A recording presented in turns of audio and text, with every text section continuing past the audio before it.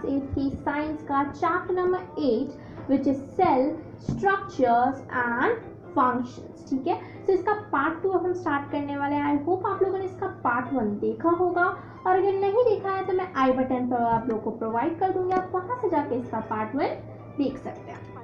फिर अगर आप इसके पार्ट 2 पे आएंगे तो आपको पार्ट 2 अच्छे से समझ में आएगा। सो अब फर्स्ट सब टॉपिक है इज पार्ट्स ऑफ सेल्स। तो सेल्स के क्या क्या पार्ट्स होते हैं। अब हमने देखा कि what is a cell, discovery of cell, ये सब हमने पार्ट 1 में देखा था। ठीक है, तो अगर आपको देखना है पार्ट 1 जाके पहले देख लीजिए। तो what is a cell, discovery of cell, ये सब हमने देख लिया। अब हम देखेंगे कि एक सेल के अंदर क्या क्या पार्ट्स होते हैं। Okay, so now let's see the parts of cells. So parts of cell जाने से पहले एक और एकदम इम्पॉर्टेंट कॉन्सेप्ट हम लोग डिस्कस कर लेते हैं। बहुत ही ज़्यादा इम्पॉर्टेंट कॉन्सेप्ट है कि हमारे जो ह्यूमन का सेल होता है, ठीक है, मान लो हमारे यहाँ पे जो human cell is different from plant cell. ठीक है, तो ये बहुत ही मेन चीज है कि human cell is different from plant cell. अब ये क्यों?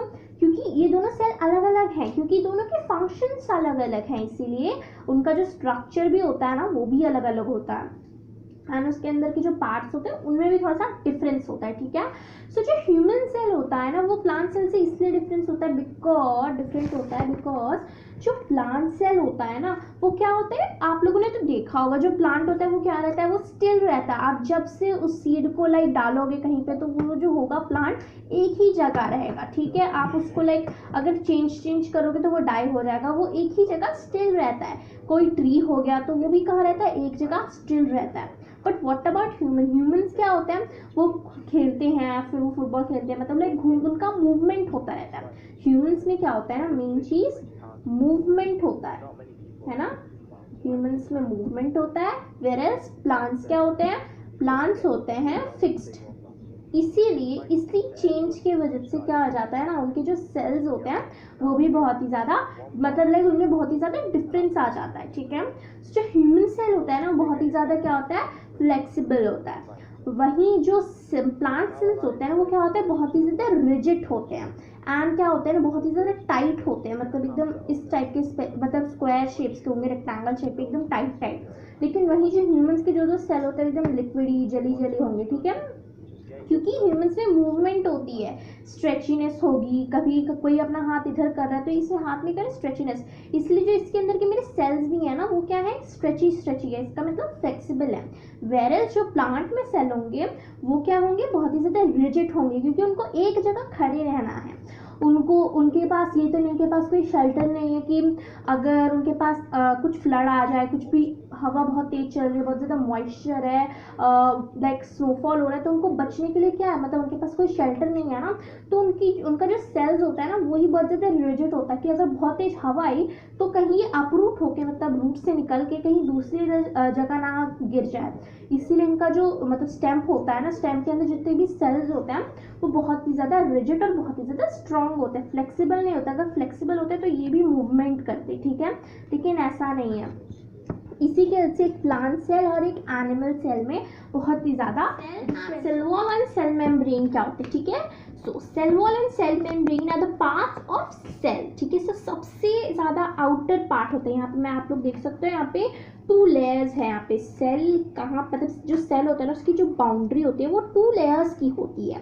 ठीक है, लेकिन एक और मेन चीज़ आ जाती है यहाँ पे, जो प्लांट सेल होता है एंड जो एनिमल सेल होता है उसमें, plant cell and animal cell में एक चीज एब्सेंट रहती है, इन दोनों में से एक चीज एब्सेंट रहती है। ठीक है, जो प्लांट सेल होता है ना उसमें क्या रहता है, जो प्लांट सेल होता है उसमें cell wall and cell membrane दोनों रहते हैं। ठीक है, वो क्या होते हैं, दोनों प्रेजेंट रहते हैं। ठीक है, दोनों प्रेजेंट रहते हैं, cell wall and cell membrane. लेकिन जो एनिमल सेल होता है उसमें जो हमारा सेल मेम्ब्रेन है, हमारा ये सेल मेम्ब्रेन है, ये प्रेजेंट रहता है। ठीक है, लेकिन जो सेल वॉल होता है ना वो क्या हो जाता है, एब्सेंट हो जाता है, वो सेल वॉल नहीं रहता है एनिमल सेल पे। ठीक है, सो अब हम लोग देख लेते हैं कि what is cell wall and cell membrane, ठीक है। सेल वॉल क्या होता है? सेल वॉल एक आउटर मेम्ब्रेन है, ठीक है, सबसे ज्यादा आउटर लेयर मेम्ब्रेन है एक सेल की, ठीक है। सो ये आउटर मेम्ब्रेन है, ठीक है। मेन चीज इंपॉर्टेंट यहाँ पे ये है कि cell wall is the outer membrane of a cell, ठीक है, of a cell of a plant cell, ठीक है ना, of a plant cell. Cell wall क्या होता है ना, प्लांट सेल का सबसे ज्यादा आउटर मेम्ब्रेन होता है, ठीक है। लेकिन वही जो सेल मेम्ब्रेन होता है ना, वो क्या होता है, एक एनिमल सेल का आउटर मेम्ब्रेन होता है, ठीक है। सो एक और बार इसको एक डायग्राम से देख लेते हैं, ठीक है। यहाँ पे मैं बोल रही हूँ, जैसे मान लीजिए ये क्या है, एक प्लांट सेल है एंड ये क्या है, एक एनिमल सेल है। तो एनिमल सेल में सिर्फ एक लेयर रहती है, ठीक है। जो प्लांट सेल होता है उसमें 2 लेयर रहती है, डबल लेयर होता है, ठीक है। तो इसमें जो प्लांट सेल होता है उसमें cell wall and cell membrane दोनों रहते हैं, लेकिन जो एनिमल सेल होता है उसमें क्या होता है, सिर्फ सेल मेम्ब्रेन होता है, ओके। इतना आप लोग को पता चल गया। तो सेल वॉल क्या होता है, सेल वॉल एक बहुत ही ज़्यादा लाइक आउटर रिजिड मेम्ब्रेन होता है, ओके, जो सिर्फ प्लांट सेल में प्रेजेंट रहता है, ठीक है। सो एक आउटर रिजिड मेम्ब्रेन होता है मतलब प्लांट सेल का। And what is cell membrane? Cell membrane is the outer layer of the animal cell, ठीक है। It is the outer layer of the animal cell. और ये क्या होता है, जो सेल मेम्ब्रेन होता है वो क्या होता है, बहुत ही ज़्यादा पोरस होता है। तो पोरस क्या होता है, it allows the movement of different substance, ठीक है, कि जो सेल होता है उसके अंदर ऑक्सीजन आ सके और डायरेक्टली डिफ्यूज होके आ सके, ठीक है, इसलिए पोरस रहता है, ठीक है। एंड उसके बाद उसके अंदर मतलब उसके अंदर से CO2 डायरेक्टली बाहर जा सके, ठीक है, तो इसीलिए वो पोरस होता है। The movement of different substance can happen, that's why it is porous. And एक और चीज़ होती है, जो सेल मेम्ब्रेन होता है ना, वो प्लांट सेल को, यहाँ पे हमारा पहला टॉपिक है पोरस, देन जो सेल मेम्ब्रेन होता है वो प्लांट सेल को क्या रखता है, आउटर इन्वायरमेंट से क्या रखता है, दूर रखता है, ठीक है। ये आउटर हमारा सराउंडिंग हो जाएगा और ये इनर सराउंडिंग हो जाएगा, ठीक है। सो जितनी भी अंदर चीज़ें होती है उन सबको, मतलब जितने भी अंदर इसके पार्ट्स होंगे उन सबको आउटर सराउंडिंग से दूर रखते हैं, ठीक है। ये जो मेम्ब्रेन है ये आउटर सराउंडिंग से अंदर के जितने भी ऑर्गेनल्स होते हैं उन सबको दूर रखते हैं, ठीक है। सो दूसरा पॉइंट ये हो गया। एंड और भी बहुत सारे पॉइंट्स होते हैं कि सेल मेम्ब्रेन क्यों इंपॉर्टेंट होता है। मेनली यही 2 पॉइंट होते हैं कि ये पोरस होता है, आउटर जितनी भी चीज़ें होती हैं उन सबसे ऑर्गेनल जितने भी अंदर जो छोटे छोटे पार्ट्स होते हैं उन सबसे बचाता है, ठीक है। एंड पोरस इसलिए होता है ताकि उसके अंदर डिफरेंट सब्सटेंस की मूवमेंट हो सके। एंड सेल वॉल क्योंकि प्लांट सेल में क्या होता है ना, दोनों प्रेजेंट होते हैं, cell wall and cell membrane, ठीक है। सो उसमें जो सेल वॉल होता है वो क्या काम करता है, वो सिर्फ एक आउटर रिजिड मेम्ब्रेन जैसा काम करता है, और इसके अंदर ये जो सेल मेम्ब्रेन होता है ना, वो यही दोनों काम करते हैं, ठीक है। सो ये हमने देख लिया प्लांट सेल के बारे में एंड एनिमल सेल के बारे में, ठीक है। एनिमल सेल में सेल वॉल होता है एंड जो प्लांट सेल होता है उसमें cell wall and cell membrane दोनों होता है। So now let's move to our next part. Topic is about the part of cells known as cytoplasm. So what is cytoplasm? Cytoplasm is a jelly-like substance present in the between of cell membrane and nucleus. Is known as cytoplasm. ठीक है? So cytoplasm first thing क्या है? It is a jelly-like substance present between the cell membrane and the nucleus. Okay. सो ये क्या होता है ना, एक जेली लाइक सब्सटेंस होता है, ठीक है। यहाँ पे जो मैं देख रही हूँ ना, खुला जितना एरिया है ना, ये पूरे ये क्या है, साइटोप्लाज्म है। ये क्या है, यहाँ पे पूरा जेली लाइक सब्सटेंस से फिल्ड रहता है, ठीक है। ये जो बीच का एरिया है ये पूरा जेली लाइक सब्सटेंस से फिल्ड रहता है, okay. And it is present between the cell membrane and the nucleus. अब सेल मेम्ब्रेन हमारा कौन सा है, ये जो सेकेंड लेयर होता है ये सेल मेम्ब्रेन होता है, ठीक है। तो ये हमारा क्या है, ये हमारा सेल मेम्ब्रेन है, ठीक है। And between the cell membrane and the nucleus, और ये जो हमारा है ना इसको क्या बोलते हैं, न्यूक्लियस बोलते हैं, ठीक है। सो न्यूक्लियस के बारे में हम लोग बाद में आगे पढ़ेंगे, लेकिन जो बीच में एक डार्क स्पॉट हो, मतलब एक डार्क बॉल टाइप होता है हर सेल में, वो होता है न्यूक्लियस, ठीक है। उसके बारे में हम आगे जानेंगे इसके बाद, ठीक है। सो ये साइटोप्लाज्म कहाँ रहता है, हमारा जो सेल मेम्ब्रेन एंड हमारा जो न्यूक्लियस होता है इसके जो बीच में होता है, ठीक है। आप लोग देख सकते हो ये सेल मेम्ब्रेन है और ये न्यूक्लियस है, इसके बीच में क्या है यहाँ पे पूरा साइटोप्लाज्म, ठीक है। सो it also provides a surface to various cell organelles or components of cells, ठीक है। सो ये क्या प्रोवाइड करता है, it also provides a surface to various cell organelles और components of cell. So first thing, what is a cell organelle or the components of cell? तो organelles मतलब क्या होते हैं ना, कंपोनेंट ऑफ सेल, सेल के अंदर और भी छोटे छोटे पार्ट्स होते हैं जिन्हें हम क्या बोलते हैं, कंपोनेंट्स ऑफ सेल, ठीक है। उस सेल के अंदर ये छोटे छोटे जो कंपोनेंट्स होते हैं कुछ ना कुछ वर्क करते हैं अपने अपने हिसाब से। ये जितने भी कंपोनेंट्स ऑफ सेल होते हैं इन्हें हम क्या बोलते हैं, ऑर्गेनल्स बोलते हैं, ओके।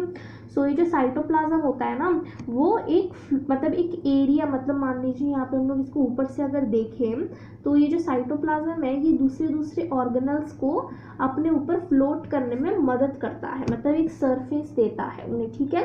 सो ऑर्गेनल्स को, तो अब ऑर्गेनल्स के एग्जांपल देख लेते हैं अंदर क्या क्या होते हैं। राइबोसोम्स होते हैं, माइटोकॉन्ड्रिया, गॉगली बॉडीज, तो फिर इन सब के बारे में गॉल्जी बॉडीज और इतने जितने भी एंडोप्लाज्मिक रेटिकुलम, ये सब जितने भी एग्जांपल्स हैं इन सब के बारे में हम लोग हायर क्लासेस में जानेंगे। लेकिन आप इतना समझ लीजिए कि छोटे छोटे कंपोनेंट्स ऑफ सेल होते हैं जिन्हें हम क्या बोलते हैं, ऑर्गेनल्स बोलते हैं। एंड ये ऑर्गेनल्स को एक सरफेस प्रोवाइड करते हैं जिनके ऊपर ये मतलब लाइक फ्लोट कर सके, ठीक है। ये जेली लाइक, जैसे आपको पता है स्लाइम, व्हाट इज स्लाइम, तो वैसा ही स्लाइम जैसा होता है साइटोप्लाज्म, ठीक है।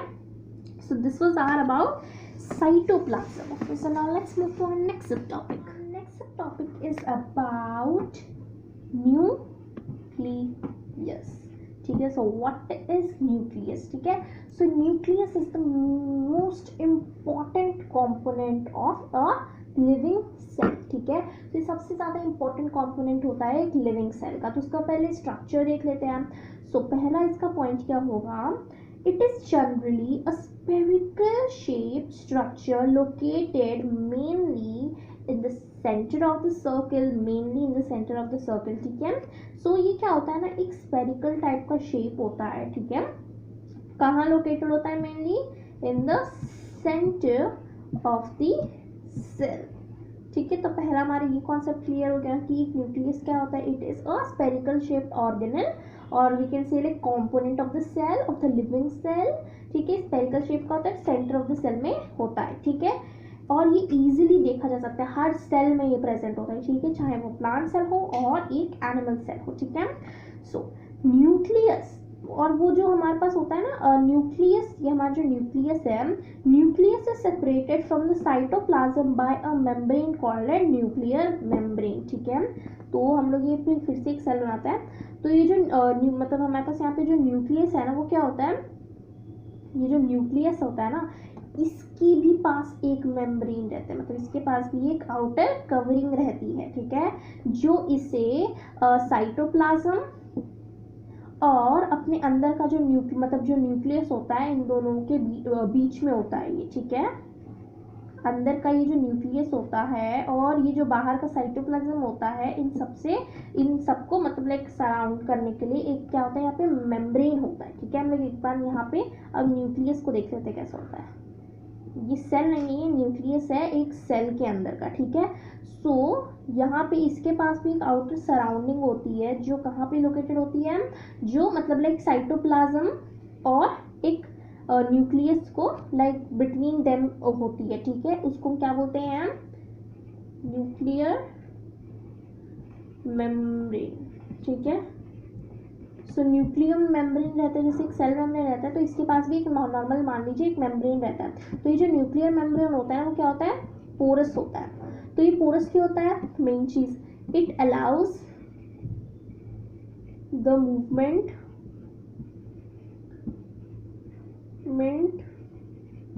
of various components from the nucleus to the cytoplasm, ठीक है। अगर किसी चीज़ को न्यूक्लियस के अंदर जाना है तो वो पोरस रहेगा, अगर किसी चीज़ को इसके अंदर से बाहर जाना है तब वो अलाउ करेगा, इसलिए वो पोरस होता है। ओके, सो दो चीज़ हमने यहाँ पे देख ली। और एक और चीज़ यहाँ पे बहुत ही ज़्यादा इंपॉर्टेंट चीज़ होती है, ठीक है। पहले हम इन दोनों को रब कर लेते हैं जो हमने छोटे छोटे डायग्राम्स बनाए हैं। हाँ, अब एक और चीज़ यहाँ पे हमें देखना इम्पॉर्टेंट रह गया है कि अब ये जो न्यूक्लियस होता है, न्यूक्लियस किससे सराउंडेड होता है? पहली चीज़ न्यूक्लियर मेम्ब्रेन से सराउंडेड होता है। और जो एक न्यूक्लियस होता है ना, उसके अंदर एक और छोटा सा स्पेरिकल शेप लाइक स्ट्रक्चर होता है। वो क्या होता है? तीसरा पॉइंट हमारा यहाँ पे हो गया कि जो न्यूक्लियस होता है उसके अंदर एक और स्पेरिकल शेप स्ट्रक्चर होता है। उसको हम क्या बोलते हैं? उसको हम बोलते हैं न्यूक्लियोलस, ठीक है, न्यूक्लियोलस। तो हमारा जो न्यूक्लियस होता है उसके अंदर भी एक small spherical like shape structure होता है, उसको हम न्यूक्लियोलस बोलते हैं, ठीक है। और क्या होता है ना, अब एक और मेन हमारा यहाँ पे फोर्थ पॉइंट आ जाएगा। अब हम लोग इस न्यूक्लियोलस को भी हटाते हैं। अब हम लोग देखेंगे कि न्यूक्लियस होता क्या है, वो किस चीज़ के लिए इंपॉर्टेंट है, ठीक है। सो न्यूक्लियस के अंदर क्या होता है ना, बहुत ही सारे थ्रेड लाइक स्ट्रक्चर्स होते हैं, ठीक है। थ्रेड लाइक स्ट्रक्चर्स होता है, वो क्यों होते हैं? अब ये जितने भी थ्रेड लाइक स्ट्रक्चर्स होते हैं ना, they are called at chromosomes, ठीक है। तो ये जितने भी थ्रेड लाइक स्ट्रक्चर होते हैं एक न्यूक्लियस में, उन्हें क्या बोलते हैं? क्रोमोसोम्स बोलते हैं। तो ये जो क्रोमोसोम्स होते हैं ना, वो क्या कैरी करते हैं? वो कैरी करते हैं, chromosomes carry genetic material known as genes, ठीक है। जो क्रोमोसोम्स होते हैं ना, वो क्या कैरी करते हैं? वो क्या कैरी करते हैं? वो एक जेनेटिक मटेरियल जिनको हम जीन्स, मतलब जीन्स बोलते हैं ना, जीन, वो कैरी करते हैं, ठीक है। सो अब ये जीन क्या होता है? जीन वो होता है ना जिससे आप, जैसे कि आपके पेरेंट्स या ग्रैंड पेरेंट्स बोलते होंगे ना कि आप अपने मम्मी पे गए हो, आप अपने पापा पे गए हो, तो वो कैसे जाते हो? क्योंकि आपके मम्मी और पापा का जितने भी मतलब लाइक क्वालिटीज़ होती हैं, ठीक है, जितना भी उनका जैसा उनका चेहरा होता है, तो उन सब का ना मतलब क्या होता है ना, कैरेक्टरिस्टिक्स, वो चाइल्ड में आ जाता है, ठीक है। सो these carry genes and helps in the inheritance of transfer of characters from the plants to the from the parents to the offsprings, ठीक है। सो ये जो जीन्स होती है ना, वो कहाँ पे लोकेटेड होती है? पहली बात, पहले हम लोग समझते हैं कि एक न्यूक्लियस में क्या होता है? क्रोमोसोम्स होते हैं। तो एक बार एक क्रोमोसोम्स को हम लोग यहाँ पे लेते हैं, मान लीजिए ये एक क्रोमोसोम है, ठीक है। तो क्रोमोसोम के ऊपर ना छोटे छोटे यहाँ पे क्या होते हैं ना, जीन्स लगे रहते हैं, ठीक है, छोटे छोटे जीन्स लगे रहता है। अब ये जीन्स क्या कैरी करते हैं? ये जीन्स कैरी करते हैं कैरेक्टरिस्टिक्स कैरी करते हैं, ठीक है, कैरेक्टरिस्टिक्स ऑफ दी पेरेंट्स, ठीक है। सो ये जो जीन्स होते हैं ना, वो क्या कैरी करते हैं? वो पेरेंट्स के जो जितने भी कैरेक्टरिस्टिक्स होते हैं ना, उनकी जितनी भी क्वालिटीज़ होती है, उनका फेस जो जैसा चेहरा होता है, उन सबकी जितनी भी क्वालिटीज़ होती है, कैरेक्टरिस्टिक्स होते हैं ना, वो सारी कैरेक्टरिस्टिक्स कैरी करते हैं, ठीक है। सो ये जो क्रोमोसोम्स होते हैं ना, यहाँ पे आप लोग जो देख पा रहे हैं क्रोमोसोम्स, ये कब दिखते हैं? ये तभी दिखते हैं जब एक सेल क्या होता है ना, डिवाइड होता है, ठीक है। सेल जब एक डॉटर सेल में, दो डॉटर सेल में डिवाइड हो जाता है, तभी ये क्रोमोसोम्स दिखते हैं। तो क्रोमोसोम्स की क्या कैरी करते हैं? जीन्स। और जीन्स क्या कैरी करते हैं? Genes carry characteristics of the parents, ठीक है। पेरेंट्स के अंदर जो जो कैरेक्टरिस्टिक्स होते हैं वो कैरी करते हैं, ठीक है। उसी को हम जीन्स बोलते हैं। जैसे कि if your father is having brown eyes, तो आप वो जीन्स के अंदर क्या होता है ना कि मतलब जीन्स के अंदर ये होता है ना कि अगर आपके पापा के पास ब्राउन आइज है तो आपके पास भी हो सके ब्राउन आइज आ जाएंगे। अगर आपके मम्मी के पास कर्ली हेयर्स है तो आपके भी शायद कर्ली हेयर्स होंगे, स्ट्रेट हेयर तो स्ट्रेट हेयर होंगे, ठीक है। सो कॉम्बिनेशन होता है इन जीन्स का, पेरेंट्स का जो क्वालिटीज़ होता है, कैरेक्टरिस्टिक्स होता है, उन सब का कॉम्बिनेशन होता है जिसको हम जीन्स बोलते हैं, ठीक है। वो जो जीन्स होता है वो इन सब के कैरेक्टरिस्टिक्स को कैरी करते हैं, ठीक है। तो हमने देख लिया कि व्हाट इज़ अ न्यूक्लियस। तो न्यूक्लियस समझना बहुत बहुत ही ज़्यादा इम्पॉर्टेंट होता है, ओके। सो ये जो न्यूक्लियस होता है ना, ये प्लांट और एनिमल दोनों सेल में होता है, ठीक है। So this was about part of the cell about nucleus. Okay, so now let's move to our next. So our next topic is about parts of cell, about vacuoles and so what are vacuoles and plastids? So vacuole क्या होते हैं ना, vacuole are the blank parts, the blank things और the organelles which are present in the cell. तो क्या आपको इन दोनों pictures में क्या है, प्लांट सेल है, एक एनिमल सेल, ठीक है। सो आपको इन दोनों पिक्चर में कहीं पे कुछ ब्लैंक दिख रहा है, ब्लैंक आई मीन ब्लैंक पूरा, तो आप लोग को यहाँ पे दिख रहा होगा, आप लोग को तो पता ही नहीं, ये जितना रीजन है, ये वाला जितना रीजन है, ये सब क्या है, पूरा साइटोप्लाज्म है। साइटोप्लाज्म में ये एक न्यूक्लियस है, और ये जो इतना बड़ा ब्लैंक थिंग है, ये क्या है। एंड आप लोगों को प्लांट मतलब एनिमल सेल में भी ये जो छोटे छोटे यहाँ पे ब्लैंक ब्लैंक दिख रहे होंगे ना, ये सब जो ब्लैंक ब्लैंक थिंग्स हैं, ये सब क्या है, ये सब होते हैं हमारे वैक्यूल्स। तो वैक्यूल्स क्या होते हैं ना, एक सेल का ना स्टोरेज सिस्टम होता है, वहाँ पे आप ब्लैंक होता है, उसके अंदर आप मतलब कुछ भी स्टोर कर सकते हो, ठीक है। सो इतना ही आपके इस सिलेबस में वैक्यूल बताया गया है, ठीक है। सो वैक्यूल यही होता है। What are plastids now? So plastids क्या होता है, आपको इसमें कुछ कलरफुल यहाँ पे ग्रीन ग्रीन ग्रीन ग्रीन दिख रहा होगा पूरे यहाँ पे सेल में। ये यहाँ पे आप लोग, ये जो प्लास्टिड्स होता है ना, सिर्फ ये प्लांट सेल में ही होता है, ठीक है। प्लांट सेल में ही होता है प्लास्टिड्स, ठीक है। तो ये जो प्लास्टिड्स होते हैं ना, वो क्या होता है, वो यहाँ पे ग्रीन ग्रीन पिगमेंट आपको कुछ दिख रहा होगा ना, यहाँ पे ऐसे डॉट्स डॉट्स, तो ये क्या होता है ना, ग्रीन कलर के लिए पिगमेंट होते हैं, पिगमेंट्स के जो स्पॉट्स होते हैं वो एक प्लांट सेल में होता है, ठीक है। तो ये ग्रीन क्यों होते हैं, क्योंकि इनके अंदर क्या होता है, इनके अंदर होता है क्लोरोफिल, ठीक है। तो क्लोरोफिल सबको पता है क्या होता है, जो एक प्लांट के लीफ को ग्रीन बनाता है। तो इसके अंदर क्या होता है, जो ग्रीन ग्रीन डॉट्स हैं, इन सब के अंदर क्या है, ग्रीन क्यों दिख रहा है, क्योंकि इनके अंदर क्लोरोफिल है, ठीक है। और ये जो ग्रीन ग्रीन डॉट्स है ना, इन्हें हम क्या बोलते हैं, प्लास्टिड्स। तो ये जितने भी प्लास्टिड्स ये सब ग्रीन ग्रीन है, वो ग्रीन क्यों है, क्योंकि इनसे अंदर क्या है, क्लोरोफिल है, ठीक है। तो green colour plastids are called at chloroplast, ठीक है। तो यहाँ पे आपको जितने भी ग्रीन कलर के प्लास्टिड्स दिख रहे हैं ना, उन सबको हम क्या बोलते हैं, क्लोरोप्लास्ट बोलते हैं, ठीक है। क्लोरोप्लास्ट बोलते हैं। जितने भी यहाँ पे आपको ग्रीन कलर के दिख रहे हैं ना, वो सब क्या है, क्लोरोप्लास्ट होते हैं, ठीक है। लेकिन आपके पास क्या होता है ना, ज़्यादातर कुछ कुछ प्लांट सेल में सिर्फ ग्रीन रहते हैं, लेकिन कुछ कुछ प्लांट सेल में ऑरेंज भी रहते हैं, लेकिन मैं यहाँ से रेड से दिखा रही हूँ, ठीक है।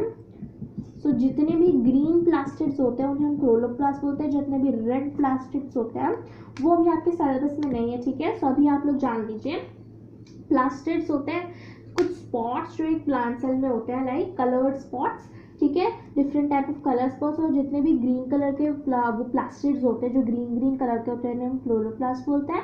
एंड मतलब क्लोरोप्लास्ट बोलते हैं। वो क्लोरोप्लास्ट क्यों होते हैं, क्योंकि वो ग्रीन कलर का, ग्रीन कलर कैसे आया, क्लोरोफिल से आया, क्योंकि उनके अंदर क्लोरोफिल रहता है, ठीक है। So this that's about vacuoles and plastids, and यहीं पे ऑलमोस्ट हमारा चैप्टर खत्म होता है। लेकिन बहुत सारे बच्चे कंफ्यूज होते हैं कि प्लीज़ हमें बताइए कि like comparison between plant cells and animal sales, ठीक है। सो एक बार कंपैरिजन भी देख लेते हैं, ठीक है। सो कंपैरिजन देख लेते हैं। फर्स्ट हमारे पास यहाँ पे हम इन सबको मिटा देते हैं, उसके बाद अच्छे से कंपैरिजन देखेंगे, ठीक है। तो अब कंपैरिजन देखते हैं, प्लांट सेल, प्लांट, एनिमल, और कंपैरिजन देखते हैं। तो जो प्लांट सेल होता है उसमें क्या होता है, सेल मेम्ब्रेन क्या होता है, सेल, यहाँ पे हम लोग बीच में लिखेंगे, ऑर्गन मतलब जो भी चीजें हैं वो हम बीच में लिखेंगे, सेल मेम्ब्रेन। तो जो सेल मेम्ब्रेन होता है वो प्लांट सेल में क्या होता है, प्रेजेंट रहता है, और वो एनिमल सेल में भी क्या रहता है, प्रेजेंट रहता है, ठीक है। और जो सेल वॉल होता है ना, वो प्लांट सेल में क्या रहता है, प्रेजेंट रहता है, ठीक है, सेल वॉल। लेकिन एनिमल सेल में सेल वॉल नहीं रहता है, ठीक है। तो ये हमने देख लिया। और हमारा नेक्स्ट चीज क्या है, नेक्स्ट है हमारा यहाँ पे अब न्यूक्लियस, ठीक है। सो न्यूक्लियस प्लांट सेल में भी रहता है, एनिमल सेल में भी रहता है। और नेक्स्ट चीज हमारा है यहाँ पे न्यूक्लियर मेम्ब्रेन, ठीक है। सो ये जो न्यूक्लियर मेम्ब्रेन होता है ये कहाँ कहाँ पे रहता है, न्यूक्लियर मेम्ब्रेन हमारा रहता है present in both, animal cell में भी रहता है, प्लांट सेल में भी रहता है। और हमारा कौन कौन से हैं, साइटोप्लाज्म। तो साइटोप्लाज्म कहाँ रहता है, साइटोप्लाज्म एनिमल सेल में भी रहता है, प्लांट सेल में भी रहता है। नेक्स्ट है हमारा यहाँ पे प्लास्टिड्स। तो ये जो प्लास्टिड्स होते हैं वो कहाँ कहाँ प्रेजेंट रहते हैं?